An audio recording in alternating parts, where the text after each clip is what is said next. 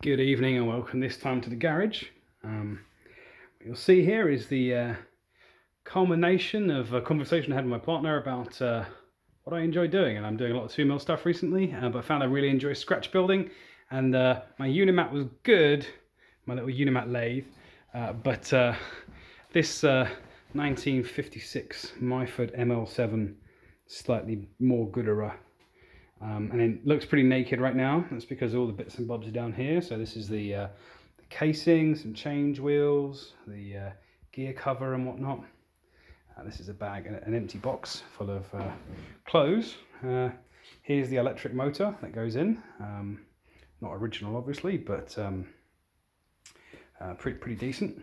And yeah, here are the tools I've got. So I've got a live center and two dead centers for turning. I got some tools in here, and some very large tools, in fact. There's that.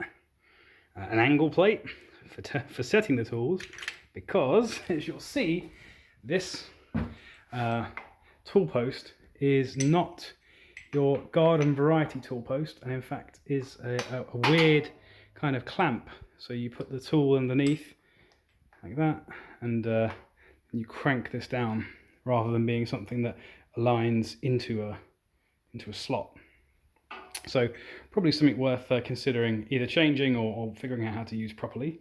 But I've only got a few tools here, and they don't seem to be particularly useful. I mean, they're all kind of ground to that profile. But yeah, worth investigating. Got a drill chuck, Jacob's chuck, 4-jaw, and a 3-jaw chuck, a big faceplate, and a drive plate. No dogs to go on this, so you'd normally this would the center would be in the lathe, and then this spins round on the spindle, and then you have the piece of work is catching against this this little drive peg here. But yeah, essentially that's what we got. So got a friend of mine putting together a bench for this to go in, and yeah, I'm hoping to get started making stuff pretty bloody soon.